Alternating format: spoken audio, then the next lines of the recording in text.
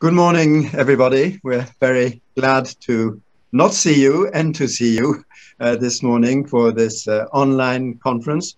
We would, of course, have wanted it to take place in a physical space, and that is not going to happen anytime soon.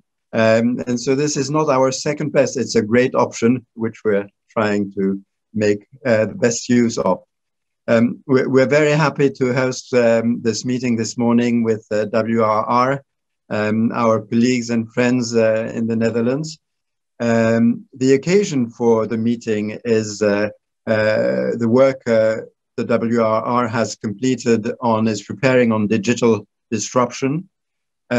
We have all seen during the last year or so that this is becoming an absolutely critical issue for most countries in the world, and particularly for us in Europe. And the seminar this morning is going to try and address how this is impacting daily life and also raising the stakes in a number of areas. We will be having a sequence of presentations. We hope to leave sufficient room for debates. We have time for questions and answers. We are approaching this with a view that to properly understand what is happening in the world now, you have to be multidisciplinary, and you also have to have points of views coming from different countries. And although we share a wide range of issues and views with WRR, we also are aware of the fact that our two countries are different, and that it's very enlightening to see how the other is doing and addressing specific issues, and that we can learn a lot one from another, particularly in this time of acute crisis. Maybe just a few comments on what we're going through at present. We all know the world is experiencing a crisis that has absolutely no precedent. It is really changing our daily lives in a way that had been completely unanticipated. But it's also changing the way we relate to one another, the way we work, the way we shop, the way we consult doctors. And those are areas where we have seen very rapid transformations. I'll come back to that in a second.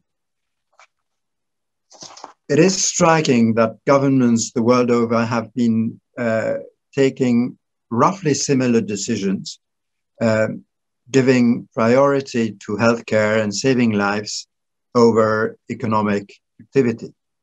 And this results in something which mankind had never experienced, which is a man-made, policy-made crisis, economic crisis of huge proportions.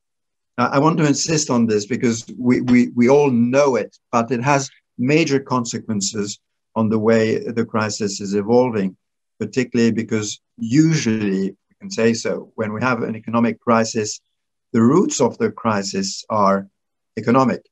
And if you want to fix the crisis, you have to try and understand what went wrong in the economy. This is not what we're experiencing today. What we are experiencing today is a health crisis resulting in decisions, resulting in an economic crisis. And to fix it, we of course have to fix or address the health issues. And then we have to work on what policies will be able to adjust to the new environment, which will solve new problems that were not pre-existing to the crisis, and that will result in an economy that in some areas will have changed, and in other areas, many areas, will not have changed this much. So a completely unprecedented challenge for policymakers. We also have experienced a medical revolution. It has never happened before in mankind's history that vaccines were created so rapidly, that they were tested, and that they're now in the process of being industrialized at such a rapid pace.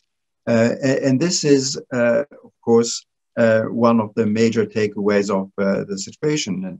And different countries have had different approaches to that, but globally, we've had an extraordinary feat in the medical order. In the digital sphere, we haven't experienced a technological revolution. What we have seen is massive use of pre-existing technologies that were not being used on the scale they're being used today. And this extraordinary growth of the use of a number of existing techniques has major consequences, of which I would want to signal a few. The key message is that the increased use of techniques that rely on digital technology has changed the nature of the issues at stake, and not only the size of the players in those games. It has been globally unbelievably successful, but it is creating new challenges. Let me focus on some of these challenges. Teleworking. Before the crisis, it was viewed as, a nice to have thing. It was a comfort given to workers who had possibly to travel long distances daily and who had long and difficult commuting constraints. It was viewed as something which prosperous economies could afford to do. It has now been viewed in a completely different approach, of course, which is the way to address the healthcare concerns, to avoid people using crowded collective transport means. And this is, of course, a very different norm.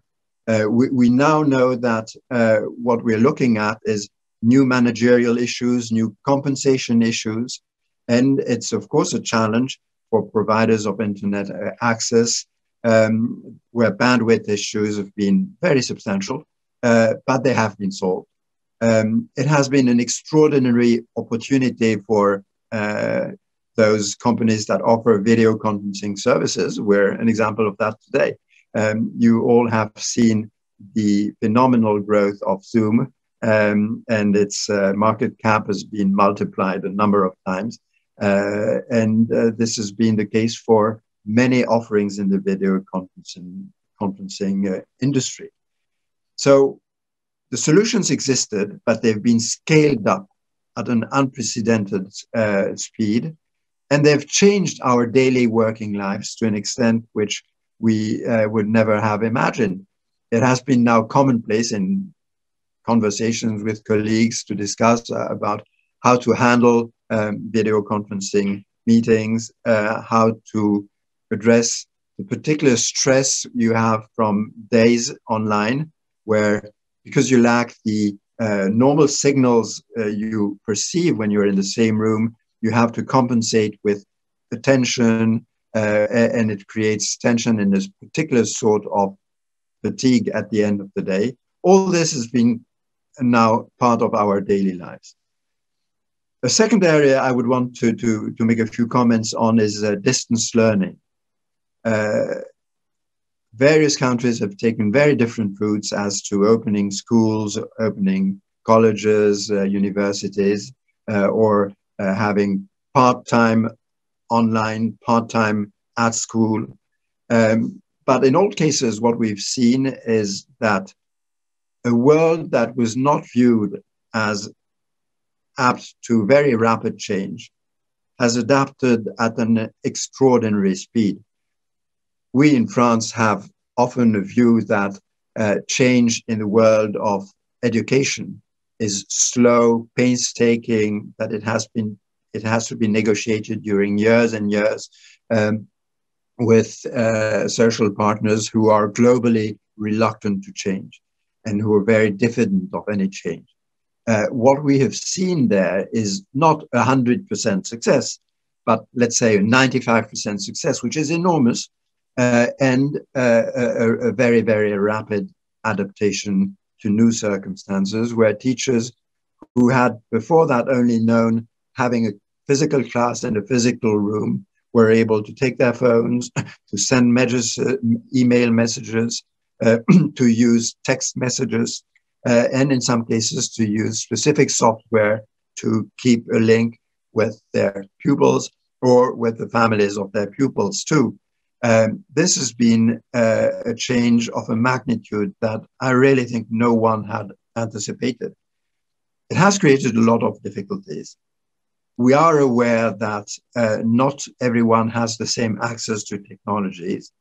It is likely that in many cases it will have worsened pre-existing inequalities. It has also, in some cases, solved issues which were not solved before. But the balance is very likely to be that, at least in the initial phases, it will have increased inequalities, and that the use of the new solutions hasn't been completely fairly distributed. A few comments on shopping. Online shopping was growing since decades, and particularly in the last decade. In the last year, it has probably made as much progress as in the previous decade. That has tremendous consequences. It has consequences on delivery services, on logistics, on data accumulation, on the balance of power between the big players and the small players. It is bringing radical changes. And it is something which we are only beginning to perceive the reach of. Click and collect is growing, and that may be a partial solution for small shops, but the bulk of the consequence has been reinforcing the dominance of pre-existing dominant players, Amazon, of course, and the other key players of that industry. It is also changing substantially the way we shop in daily life, the way we drive to the mall or to the market, the way we walk there. All that is changing a lot. Another area which I would want to signal is telemedicine, of course. The techniques were available since years and years. And in a country like France, there were tremendous obstacles to the use of telemedicine. The institutions were reluctant. The doctors were skeptical. And as a result, although it was available, it was not used. It has grown over the last year at a pace that had no precedent to. And it is, of course, generating new issues. Is this a solution for distant locations where a doctor isn't available? Is it changing the way doctors relate to their patients? And what happens with data gathering in the framework of telemedicine? And will new actors emerge because of these rapid mutations? All these questions are open today. And I think we have to be aware that they are, and we will be coming back to that later, the source of considerable new questions on competition law, on data protection, on cybersecurity. And this will be a number of the topics we'll be addressing later this morning. And we will be coming back to that in the concluding remarks. Both WRR and France Stratégie are institutions that aim at contributing to policy making and to public good by publishing rigorous analysis, trying to anticipate what is going to happen.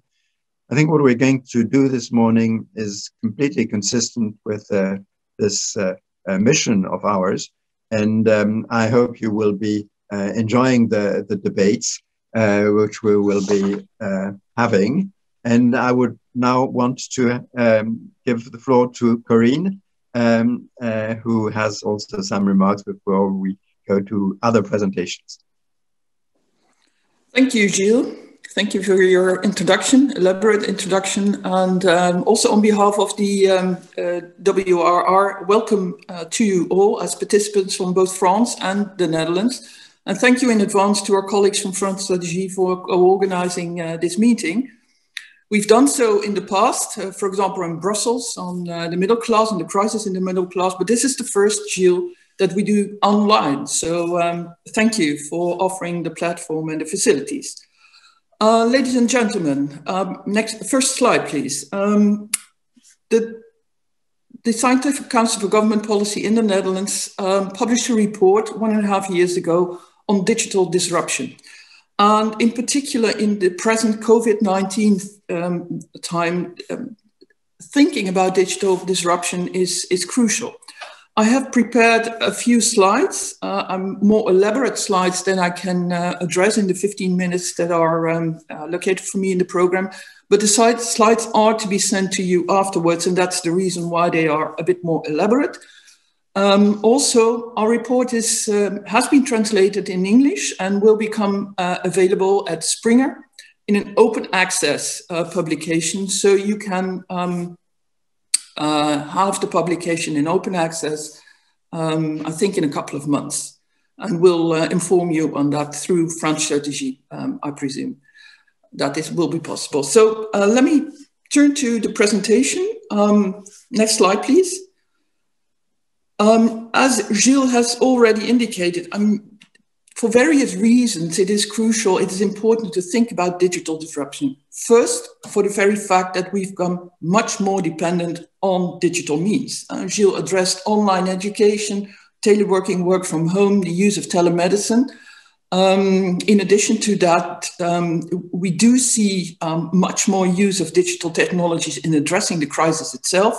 Apps on your phone for tracking and tracing, use of artificial intelligence for detecting and looking for patterns in the treatment, as well as potential patterns in the vaccination. So we're very much dependent on digital means during this crisis.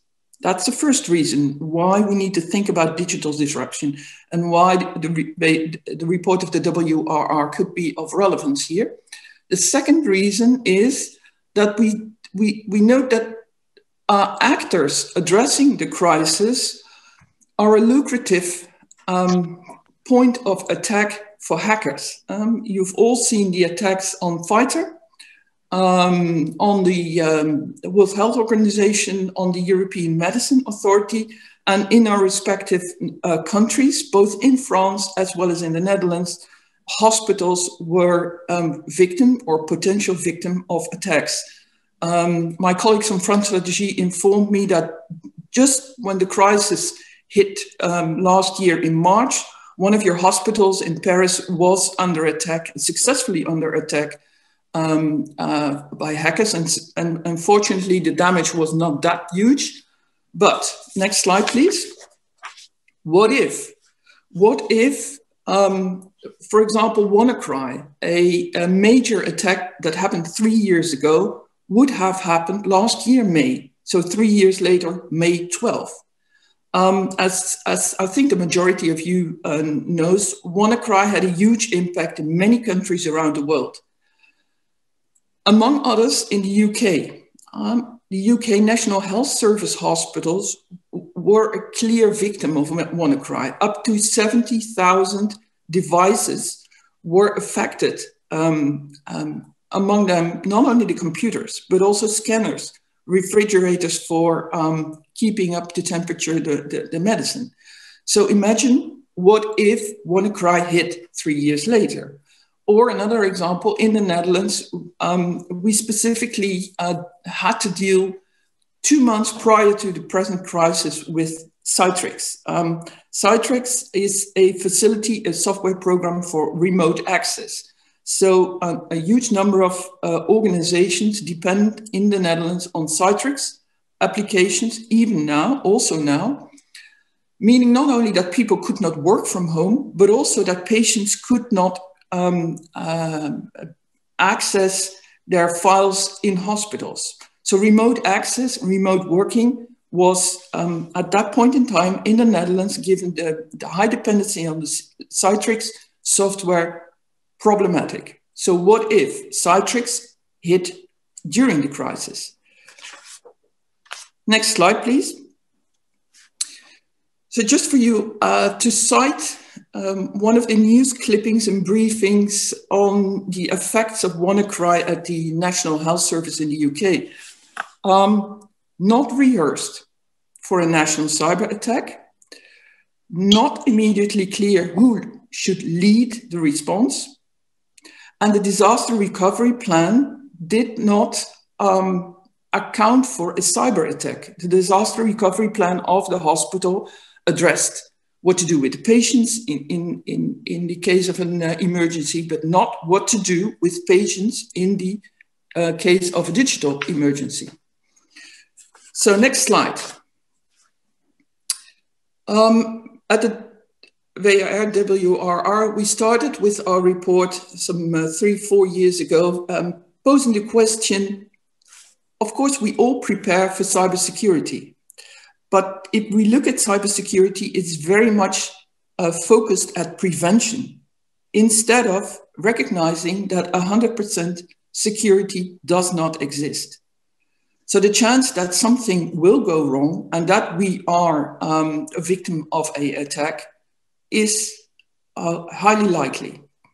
So what if the digital world is on fire? Who to call? And what is the fire extinguisher in digital terms? During our research, when we posed these questions, no clear answers were given. So that made us draw up the report that I would briefly like to discuss with you. Before turning to the next slide, what characterizes a digital fire?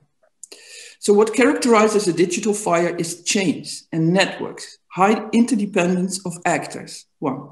2, multiple parties. Multiple parties also in a combination of the public and the private sector. As I will discuss later on, government organizations highly depend on private partners, private companies in their software, clouds, etc. services, meaning that when something goes wrong, they highly depend on the action of a private partner. And a final characteristic of the digital fire is the geopolitical dimension. More and more, this is an issue with geopolitical dimensions. It is a very lucrative and attractive point of attack for certain countries in the world. Next slide, please. So how do we at the WRR define digital disruption? Digital disruption, in our understanding, is disruption or breakdown of a digital system, which can be both intentional as well as unintentional, an error in an update. It is about breakdown, disruption. But what we find very important is that digital disruption should be regarded as a form of societal disruption. It is no longer an ICT thing. It should no longer be an ICT thing, because there is a strong interaction between the digital world and the physical world. Payments, healthcare, I've mentioned a few sectors there where you clearly see the interdependence between the digital world and the physical world. So how do we define digital disruption? It is a digital breakdown or interruption, but given its effect, it has to be seen as a societal disruption in its essence and in its implications, and thus in its measures. Next slide, please. So as mentioned, COVID-19 clearly shows us the intertwining of the digital and the physical world. Work, healthcare, we already touched upon that.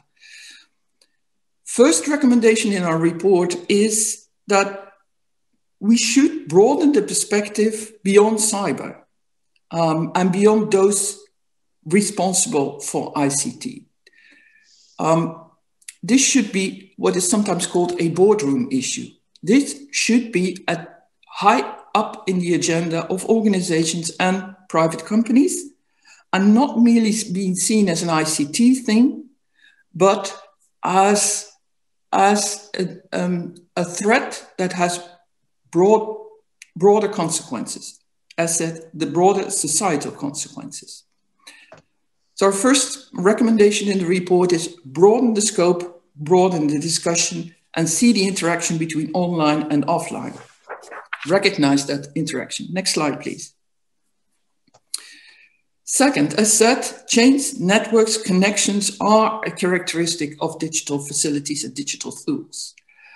What we noted during our research is that too much emphasis is on individual organizations. For example, in preparing for a digital disaster, organizations prepare for themselves within their isolated setting. But when we pose the question, do you have a clear picture of the private companies as well as public organizations with whom you link in a chain? Do you have a clear view on the interdependencies? From what company do you depend online?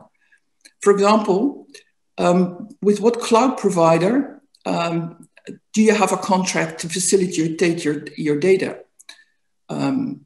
storage? And do you know from each other as companies and organizations with what private partners and what private actors you relate in that sense? The answer was often we do not know. We do not have the full picture. So another recommendation in our report is map interdependencies. Be aware of the interdependencies and have a clear overview of your interdependencies with other actors. That also brings me to a point that we make in the report, critical and non-critical processes and infrastructures. In France, as well as in the Netherlands, we have specific policy measures directed at the critical infrastructure. And I was informed by France Stratégie that last year, there were 200 attacks on the vital infrastructure, cyber attacks on the vital infrastructures in France.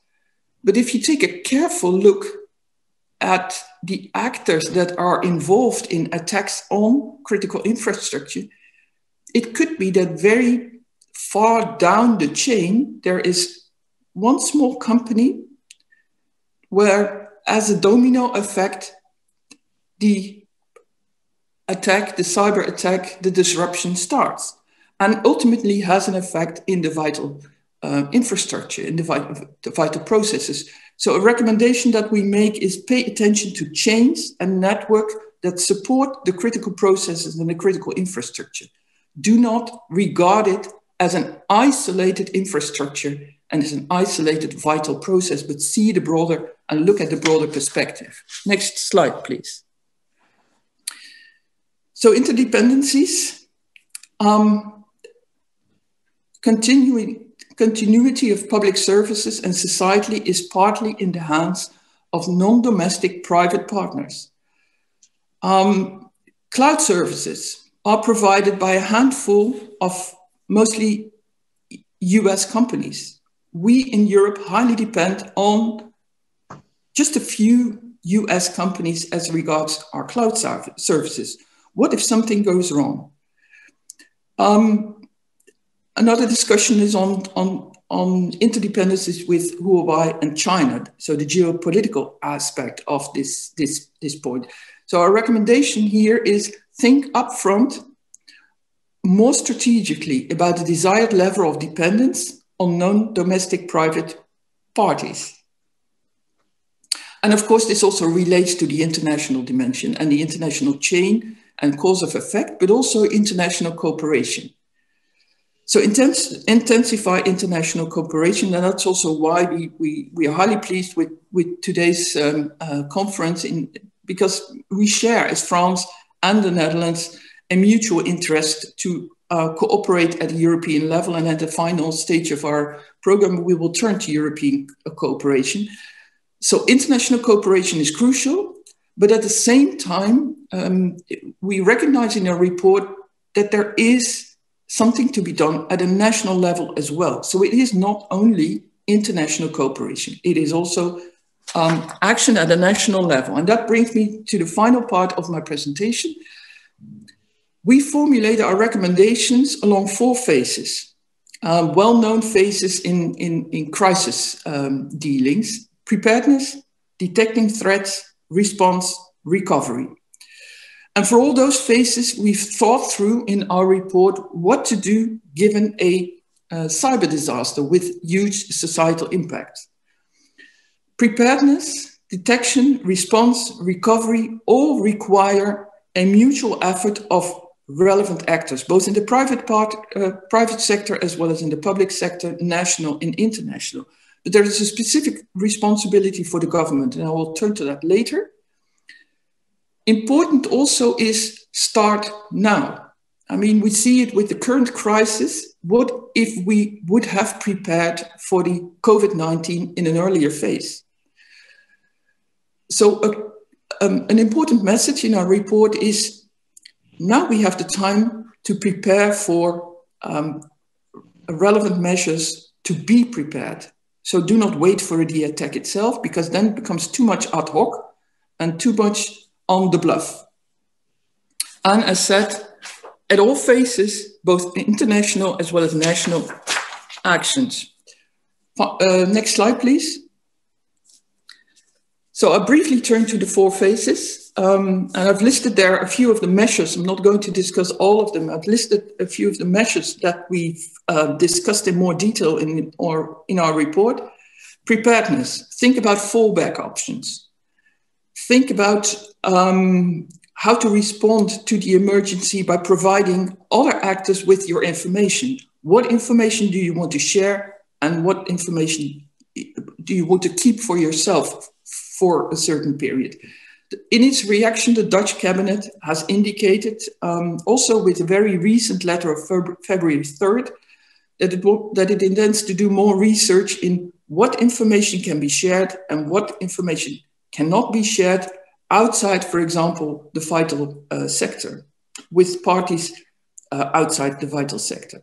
So preparedness has to deal with different measures, but also detecting threats, working together to get a better insight. Interdependencies, I already referred that. But also more strategic thinking about foreign investment and takeovers. Next slide, please. Phases of response and phases of recovery. Response. Perhaps as by way of illustration, we had a major attack. At least we suffered in the Netherlands from an attack at the Rotterdam harbor with Maersk. Maersk went down with all the trucks and the lorries and the ships coming in. The City Council of Rotterdam wanted to know what was happening, wanted to have more details about the potential effects of this attack, and sent a firefighter, so-called, one could say a firefighter, to the Rotterdam haven. The person was not allowed access. Well, suppose a firefighter is not being given access when your house is on fire. So what we put on the agenda in our report is discuss and look at whether you have sufficient powers to intervene, to actually, as a firefighter, intervene in a digital disruption and look at what is happening. Avoid improvisation there. And finally, the last stage, recovery, make better use of incident data. Think about insurance. Facilitate insurance companies with potentially a fund, because recovery means learning lessons. Recovery means also starting over again, for which financial means are in order. So we do see, at least in the Netherlands, a rather fragmented landscape when it comes to incident data registration. And while we do think that much more can be learned there when combining the data at the different authorities and as said, learning from that. Gilles, this was my presentation for this moment. I'm sure that many of the issues can be discussed, but in the 15 minutes, these are the points that I would like to bring in first to the floor as a start for our program and later on our discussion. Thank you. Thank you, Corinne. That was great. And we'll be giving the floor to Anne Four and Eric Chavez in a second. Just a comment on what you've said about digital disruption. The stakes have risen enormously with the crisis. because digital was already pervasive, but it's now everywhere, in shopping, in working, in even our daily relations with one another. And I think when we look at how rapidly practices and way habits have changed in the last year, we have to be aware that it comes with a substantially increased danger of digital disruption.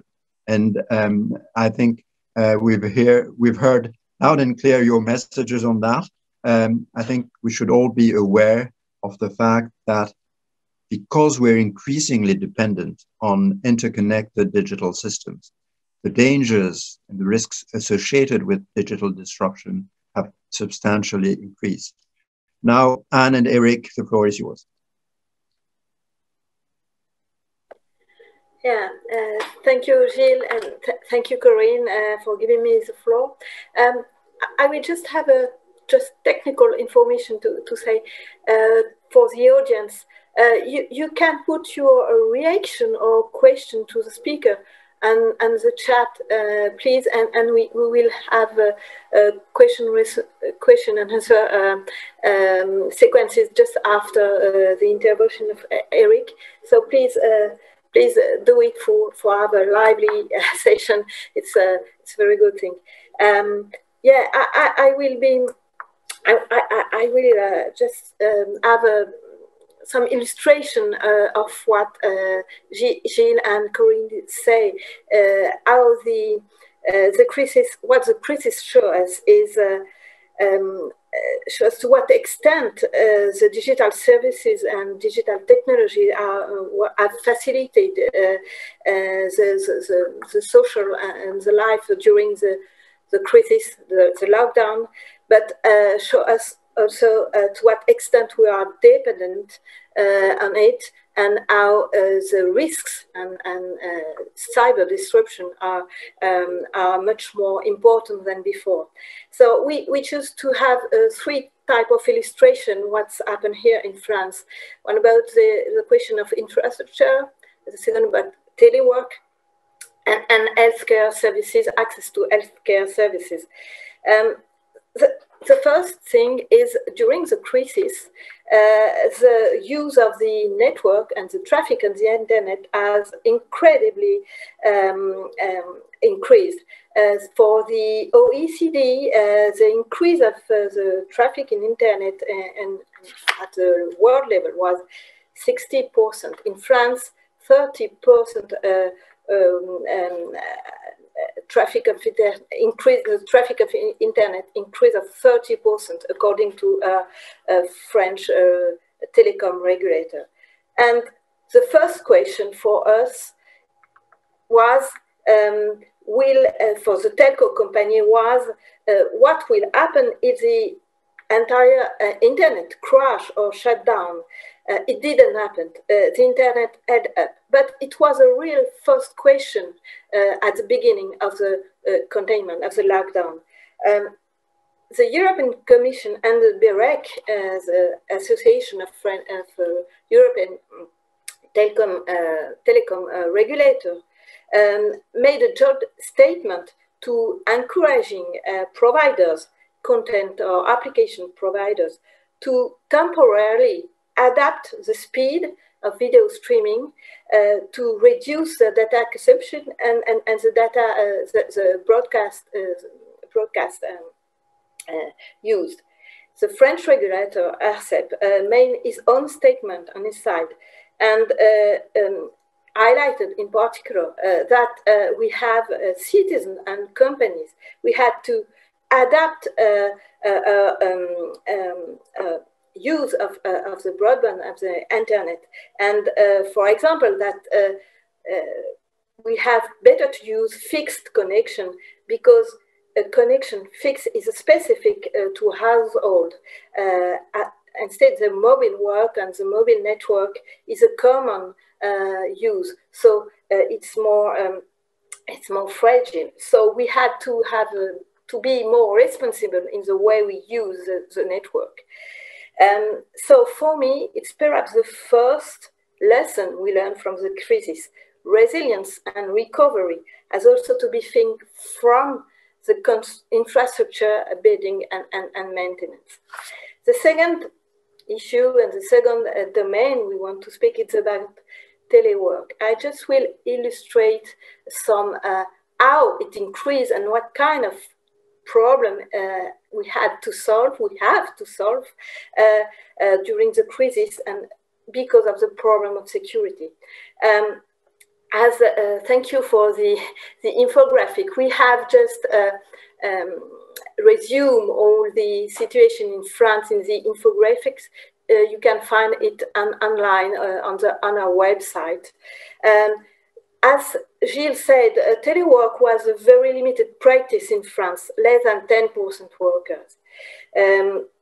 During the crisis, COVID, and still now, we have a massive use of teleworking. 5 million teleworkers during the first lockdown in France, according to the Ministry of Labour. And workers were quite happy and said that on the working population, 36% of the French working population said they can telework without difficulties. It was easy for them. But the lessons of the crisis is that many organizations, companies, private, public, were not prepared. They were not technically prepared, and the informations were not enough suitable for remote work. And the second question was more cultural, more social, because the management and the organization and they were not prepared to a remote management very large.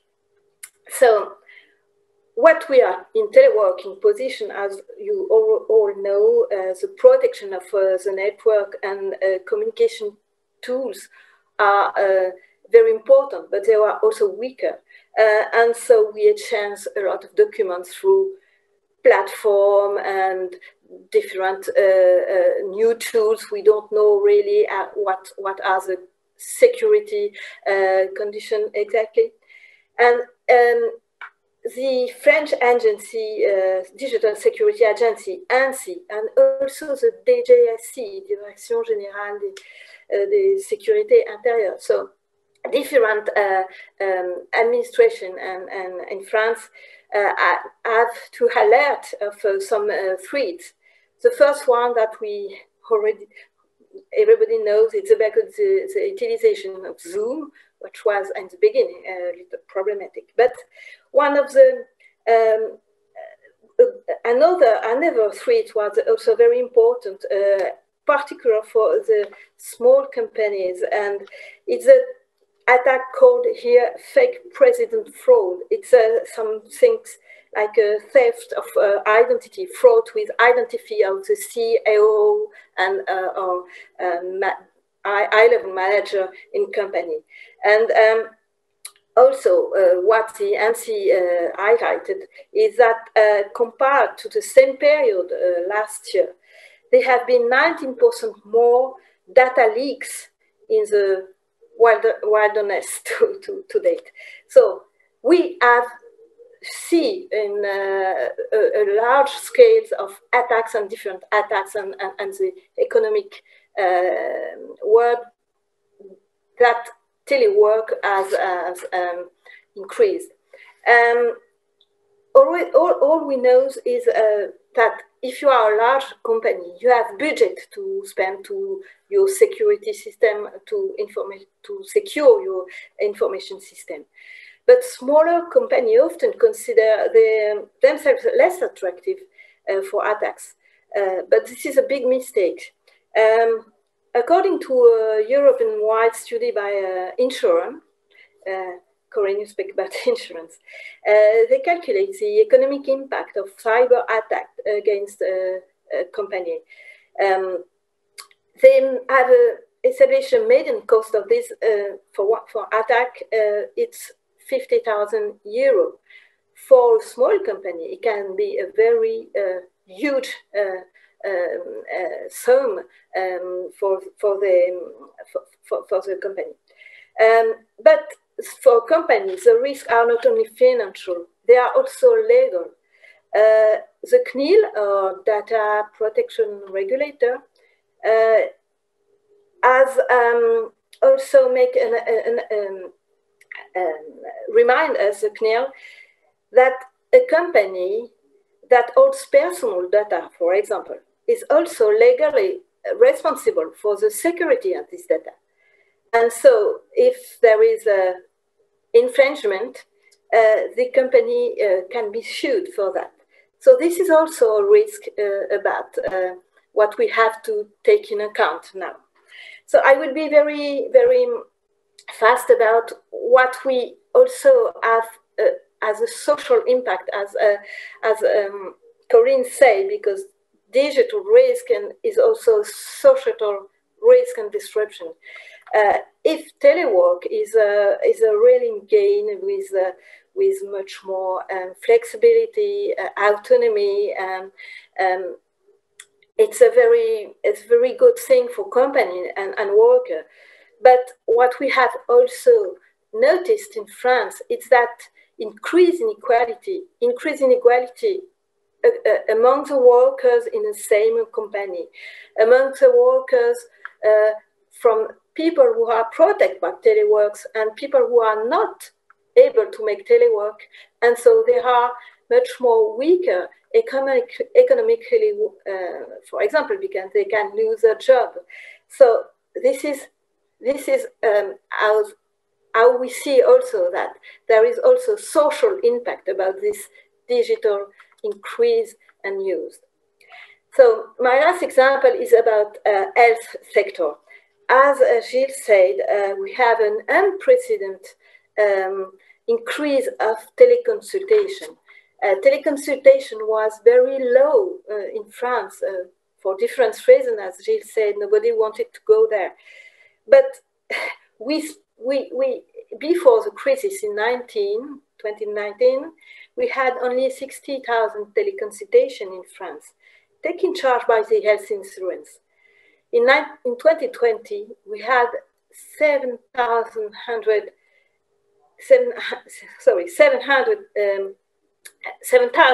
million annual access teleconsultation. So it's an unprecedented increase, and it shows that it was possible and that it is a possible response for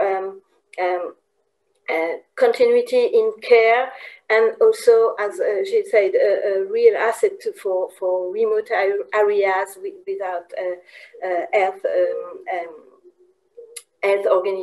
hospital or health facilities.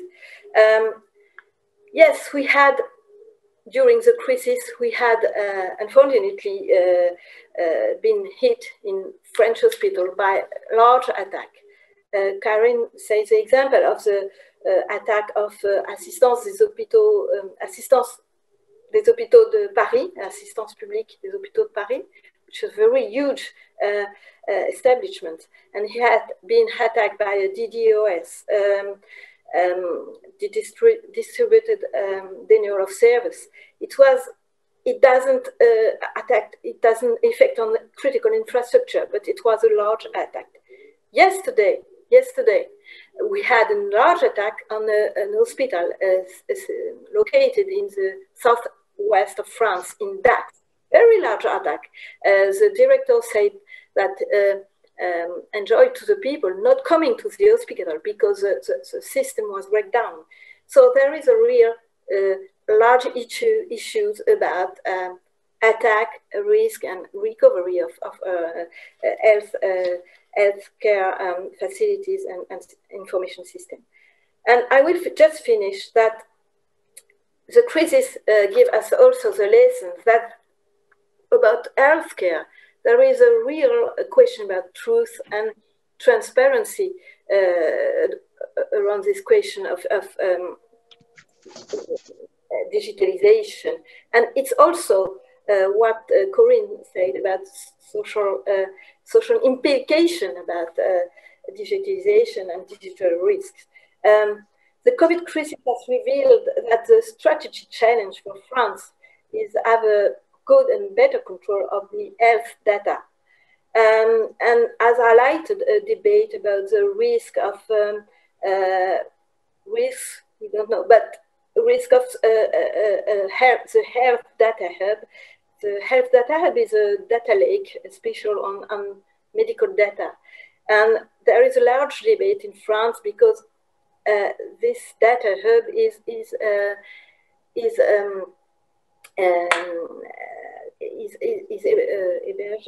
by the Microsoft, is hosted by Microsoft. And another illustration about the implication, interaction about social and digitalization is the application Stop COVID, which at the beginning, it was a debate in France about is the application really secure? Is the application really secure for our data and for our e-privacy? And the debate was, could public health issues may justify a temporary partial damage on our privacy or on our data, personal data?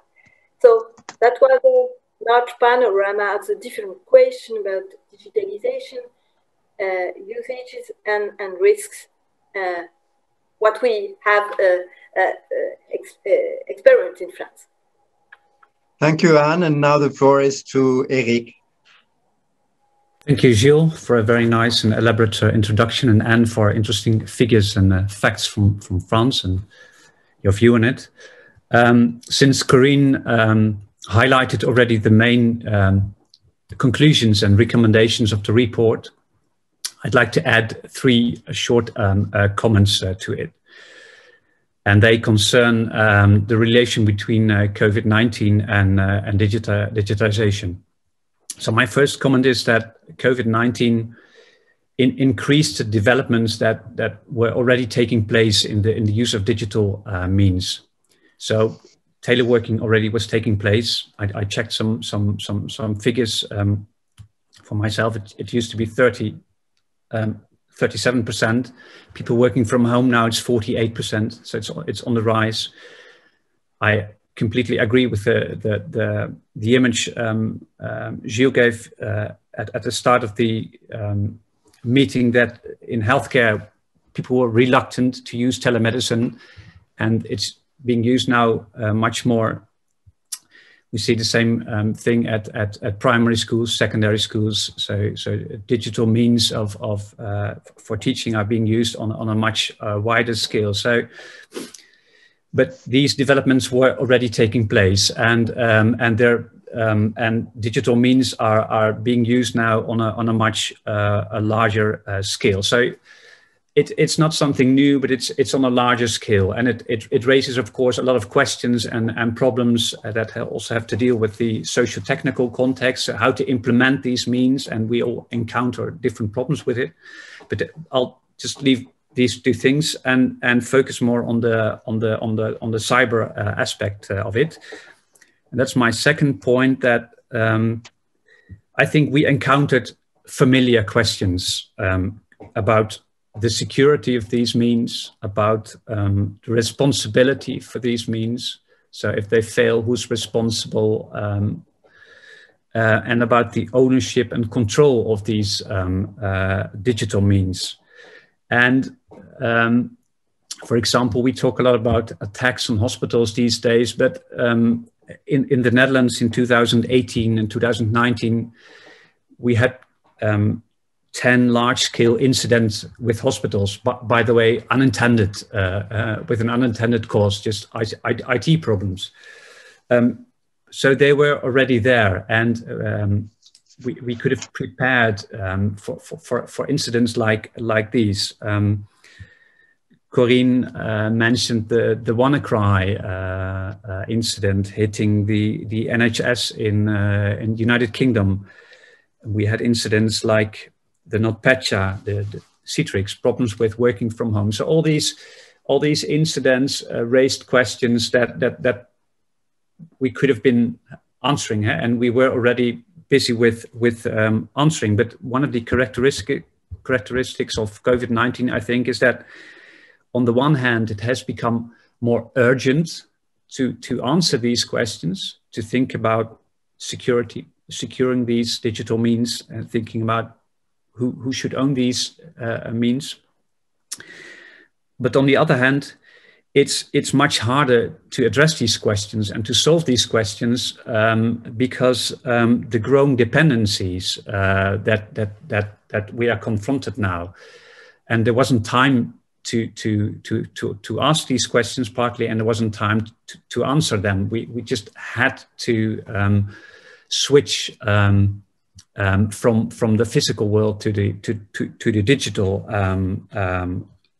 world in just a few weeks, a few days even. So I think while these questions have become more urgent, it's harder to find solutions, because we kind of stumbled into the digital world during COVID-19 even more than we already did. So that's my second observation. So increasing developments that were already there, kind of meeting the same, encountering the familiar questions. So I don't think these are new, but it's harder to answer them. It's more urgent, and but it's harder to answer them. And my third point is, and I'm connecting here with the recommendations of the report, is of course, so what to do next in this new situation in which we have growing dependencies on all kinds of domains which weren't there a year ago. And I think that there's at least two things we need to do. And the first one is that we should rethink what critical infrastructure means in these days. So, for those who don't know, critical infrastructures is the kind of policy label for the societal processes we can't do without. So it's payment services, it's electricity, it's for the Netherlands, it's dams and sluices. When I look at the window, I see meadows flooded. So it's important to manage the water. But it's also about digital facilities, for example, that are laid down in the Network and Information Directive. But Corinne mentioned two very important things that should be should be part of this process of rethinking what critical infrastructure means, because first of all, these physical and digital processes are really intertwined. So we still think about hospitals as buildings with patients and doctors in it. But hospitals are ICT organizations for years and years already. And they are connected. For example, in the Netherlands, there are two large providers of electronic patient registration systems. So if one of these two has problems, it's not just one hospital that's being hit, but it's several ones, and this gives a lot of problems. You can't send patients from the one to the other. So this is a whole new dynamic, and these two things, so ICT problems and, for example, patient safety, should be thought of in relation to each other. So, but my main point is here, we need a new map of what critical infrastructure means and how to move on in a digital world and how to secure it. And this map should include networks, it should include supply chains, it should include all kinds of organizations that are probably not yet on all these long lists of critical service providers. And so the new means of we use in education perhaps, or means of working from home perhaps. So all the landscape has changed, and it was already changing, but we need a new map. That's, I think, one of the things we should work on, a new map. And the second thing we need to do, I think, is we need also new ways of navigating in this world. And it's also, Corinne mentioned this too, we tend to think about securing critical infrastructure in terms of securing individual organizations, but we need to do much more, I think. And this is also, of course, open for discussion later on. But I think we should also think about standardization. So who's involved in developing the standards for all these digital means we're using? Because these standards are of great importance of how they function and how safe they are and how privacy sensitive they are. Another aspect is the design of these means. Who's in charge? Do we want to design these applications ourselves in the Netherlands or in Europe? Or do we want to sell them on a market for digital means? And if we want to design these things, a cloud, for example, what kind of capabilities do you need?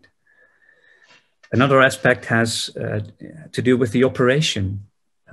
Corinne mentioned that a lot of these digital facilities are being operated and owned by private companies, and often companies abroad, often American companies or Chinese companies.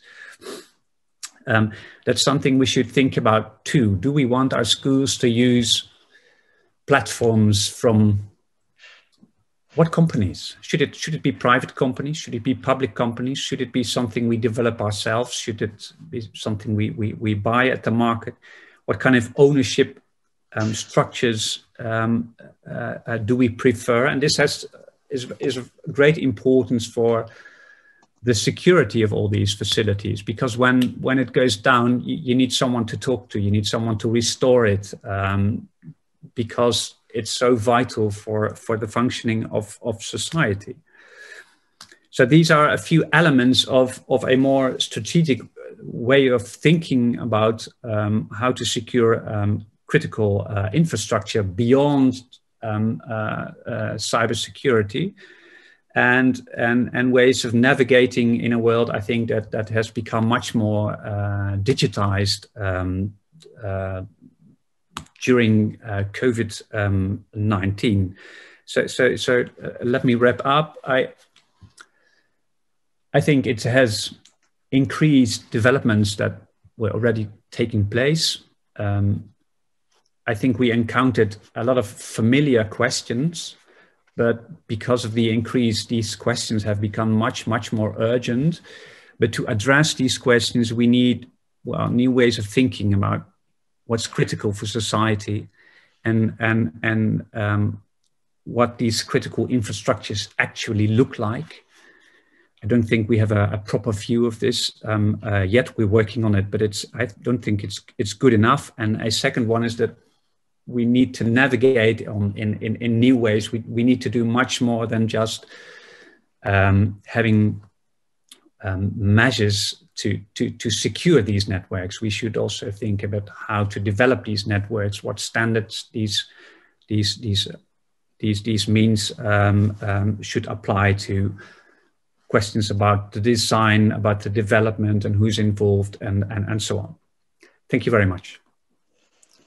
Thank you, Eric. We will now go directly to the questions that have been coming from the room. And there is a first question which is directed to Corinne and including me, which is there any start in creating digital societal resilience at the European level? And who should be in charge? Corinne, I think this is very much in tune with your comments. Yes, indeed. And I also give the floor to Eric because he's more up to date. But at a European level, we have, of course, a directive that provides for provisions on security levels, that also provides for provisions on security levels for critical infrastructure. One of the things that could be noted there is that it specifies various domains of critical infrastructure. But what we see over Europe in the different countries is that countries have implemented this directive and chosen their infrastructure in different manners. For example, healthcare is in the Netherlands not officially marked as vital infrastructure, whereas it is in France. So the healthcare domain there is within the broad scope of vital infrastructure, but not in the Netherlands. So Gilles, to answer this question, there is cooperation at a European level. There are legislative measures. Some of them are being updated. But what you do see is that at a national level, they are implemented in different manners, one. And two, when it comes to international cooperation, there is no true European firefighter. I mean, it's individual countries cooperating, but not as a joint force. Eric, would you like to add there? Thank you, Corinne. Yes, so I think the harmonization is very important for the exchange of information, because the exchange of information is critical to prevent incidents from occurring. So we all know that. It's one of the best things we can do. Another thing is, and I think the Commission is busy with it, is rethinking what it is called, what critical exactly what it means, critical infrastructure, because we have different categories at the moment. We have critical infrastructures, we have critical information infrastructures, essential services, digital service providers. So it would be a good thing to have these more uniform categories. But my point, the last point I make was that we should think more in terms of strategic autonomy or digital sovereignty, or people are using different terms to think more strategically about the way forward with digital infrastructures and digital means. And I think this is of course a national something that should take place on the national level, but also on the European level. For example, when you look at cloud, we have really big cloud providers, American cloud providers. And if we decide that it's important, at least for some critical processes, that they should store their data in cloud providers located in Europe, then they should have some scale. So this is, and then it's a European issue, I think. And another one is that we should think about cooperation on the terrain of European e-identity means, and the European public services, so on the level of the EU institutions themselves. Thank you, Eric. We have another question that has to do with, should we consider that new areas are becoming critical in the cybersecurity area, such as work or education, because they're becoming so massive that they're everywhere and that they create new types of risks. So this is also very much a question about digital disruption. Now that it can happen on a large scale in those areas of work and education, should we view them as critical infrastructures too? So that is also a question to Corinne and Eric. Corinne, would you like to take it? I think it's crucial that we think this through. Two remarks there. At least in the Netherlands, we often refer to the new normal. I don't know whether that's the case in France, but you could. I think the first point is we not only have to think about the new normal in the physical world, but also the new normal in the digital world. I mean, COVID-19 and the massive use of digital technologies, one could say it offers us a glance in the future. We currently do things that we would have done only in 10 years' time would COVID not have been here. So it offers us a glance in the future, and hopefully we can partly go back to the society we had. But what choices do we then make as regards the digital tools and the digital means that we use when we return to the new normal? What is the new normal in use of these tools, independencies, etc.? And that makes me, that is the bridge to the second point. The report is not yet published, but there is in the Netherlands a report going to be published on the use and the dependencies of the universities on big players in the world. And one of the striking things there is that at certain universities in the Netherlands, there's an 80% dominance of Microsoft. So all digital tools for online education, the infrastructure type of facilities are Microsoft. From a strategic point of view, from a dependency point of view, we need to discuss, do we want to be that dependent on just one company? And so that's my answer for now, Gilles, to this. Thank you, Corinne. We'll take a last question, which was online, which was directed to Anne, about the new norm of teleworking. Do you think this is going to be the new standard, and that it'll have repercussions in the way we not only work, but shop and teach? Yeah. I have a personal conviction on that, but I think that we have also a very important sign that, yes, teleworking in France will really change the situation, the way of work and the way the company work. The best illustration of that is that we have a new, what we call accord national interprofessionnel. It means that social partners have discussed about that to improve and also secure the situation of teleworkers and company. For example, what as insurance are doing with teleworkers if there is an accident. So companies will really change a lot of the companies, and administration will really change a lot the way they will organize the teleworking and the remote access.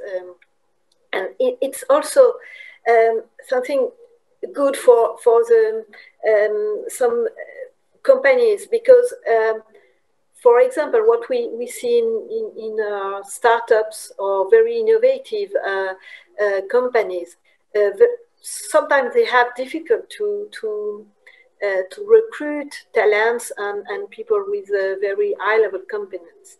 When they said you can remote with that, you can work remote and with telework, it's much easier to recruit these talents in the company. So I think, yes, it's a very large change, a very profound change in the way we are working and in the way the companies are working. I think, and also for our territories, it's a very important impact, because if you can telework, you are not, you can live in remote areas, and for some territories, it's also a change. So I think, yes, it will have a big impact on our social organization. Thank you, Anne. I think we will now have to move to the final part of our presentation, and we will be looking at the need for cooperation and multilateral exchange in the areas we've been addressing this morning. I would like to give the floor to Corinne for her remarks on that, and then I'll conclude our meeting so that we can wrap up at 11:30 as was scheduled. Corinne? Thank you, Gilles. Very brief on my side.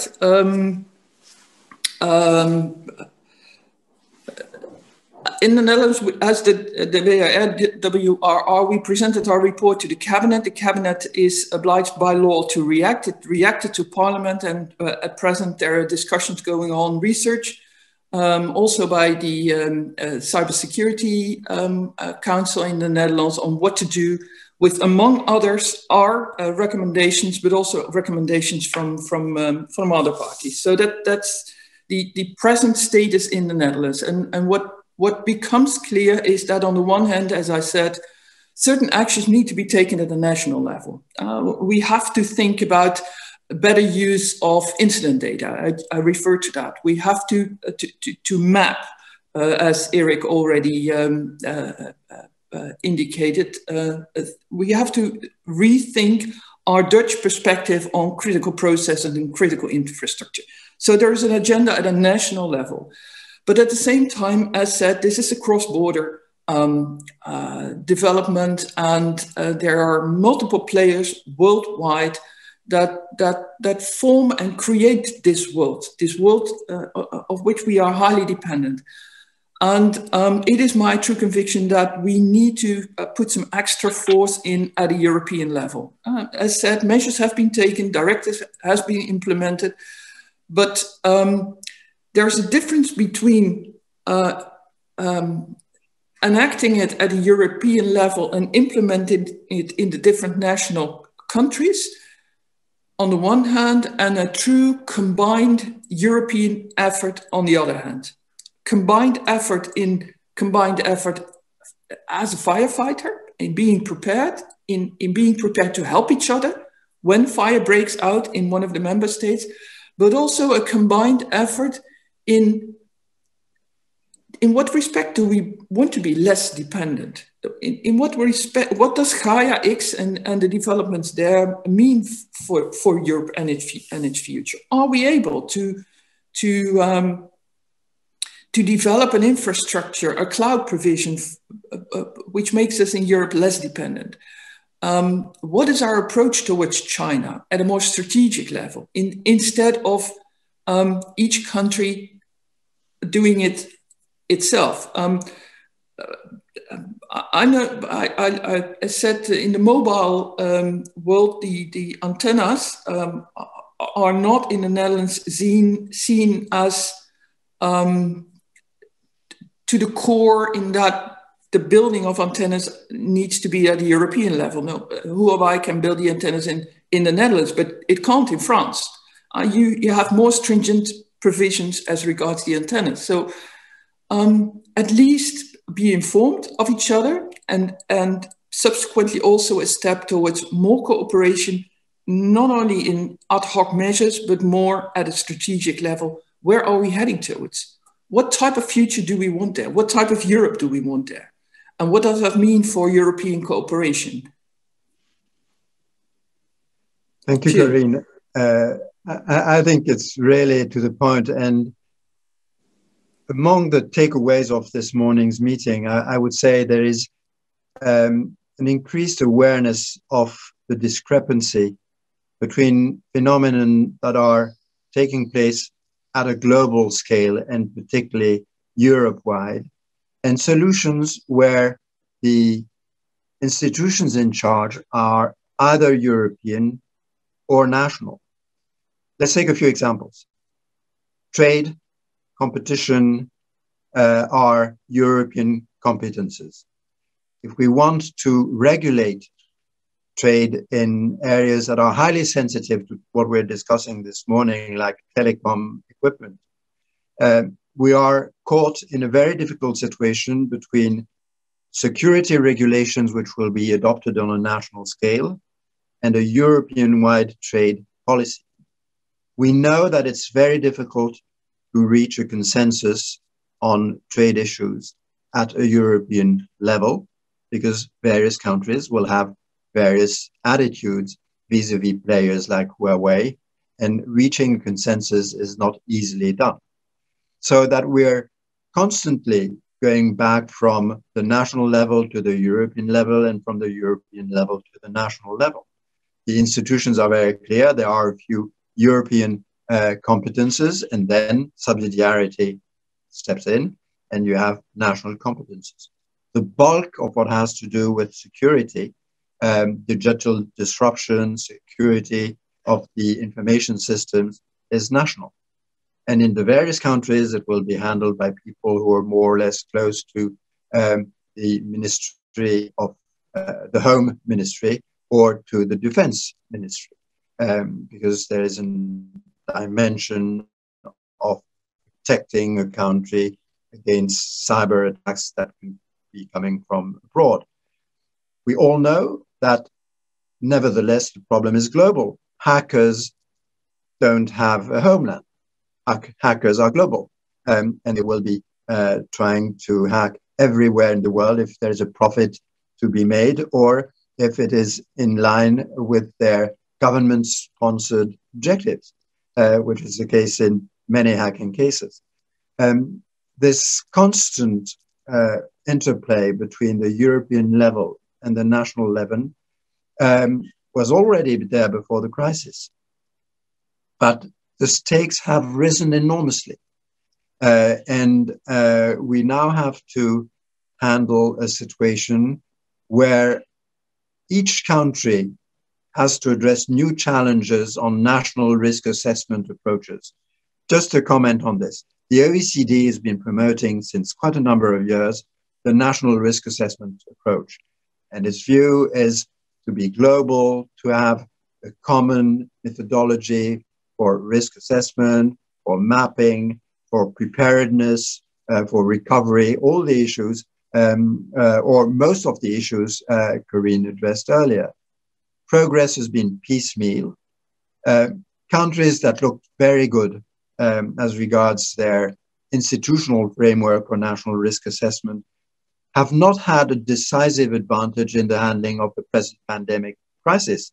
Britain was widely respected for a very wide encompassing and very respected national risk assessment methodology. It hasn't been of much help when the pandemic struck. So we have both something that is handled on a national level, a global challenge, and doubts on the efficiency of the methods that have been implemented for the time being. So I think one of the major takeaways for us as regards policymaking is that we are facing increased stakes, increasingly global challenges with global actors. Zoom is a global actor. Amazon is a global actor. And as you know, much of the worth of Amazon today is in AWS, which means it's cloud offering. And it's no surprise that the person who's becoming the successor to Jeff Bezos is the man who previously ran AWS. It means that it has become a completely strategic issue. Europe is not today in a position to create an alternative to Amazon, but handling that risk should be a priority at European and national level. I see that there is a hand raised by Anne. Anne, did you want to make a comment before I do the concluding remarks? Yes, just two few comments. I think that Europe has taken the importance of the issue because the recovery plan has a large part of money about cybersecurity and so we can think that this is an issue on the European agenda first. And last question to Corinne and Eric, we didn't speak about the brain because it's also for me the security and strategy. It's also a question of competency and how we have talent and people and engineers who are able to work on this kind of thinking in the European companies. So did you speak about, did you have any proposition in your report about that and how we can avoid the brain leaks, European brain leaks into big and large matter company outside of Europe? I think it's a very important point. Thank you.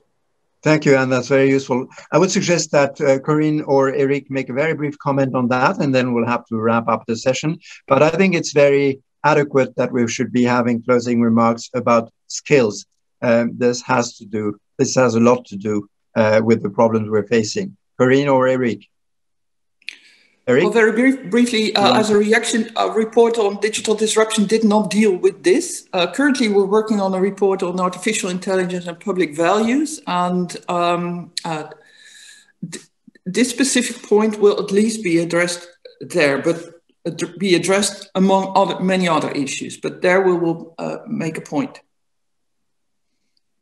That for now, Jill. Thank you, Corinne.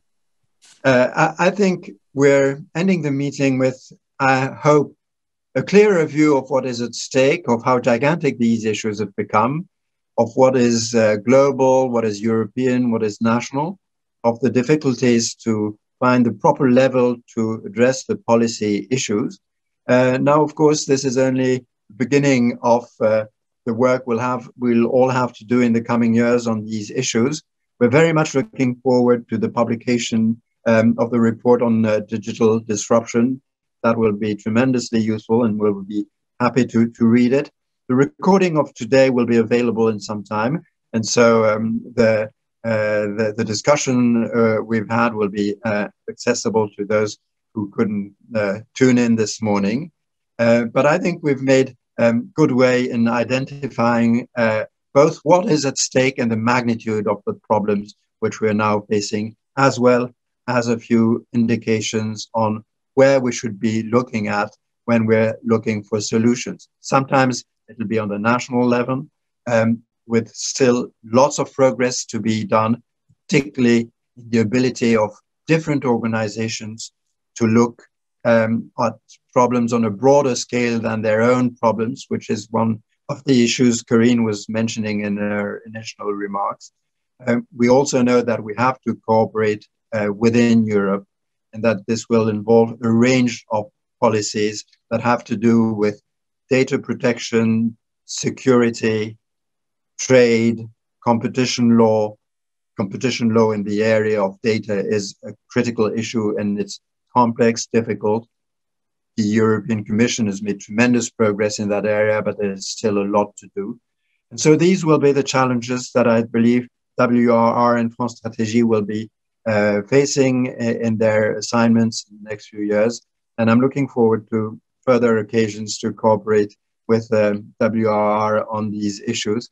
I wish you all a very good day, and thank you to our colleagues and friends at WRR for co-organizing this, and thank you for all those who prepared this morning's meeting, and to the people in the public who asked questions. I'm sorry that we couldn't take them all, but we were under time constraints, and this is the rule of such meetings. Have a good day, and I look forward to hearing from you soon. Goodbye. Goodbye.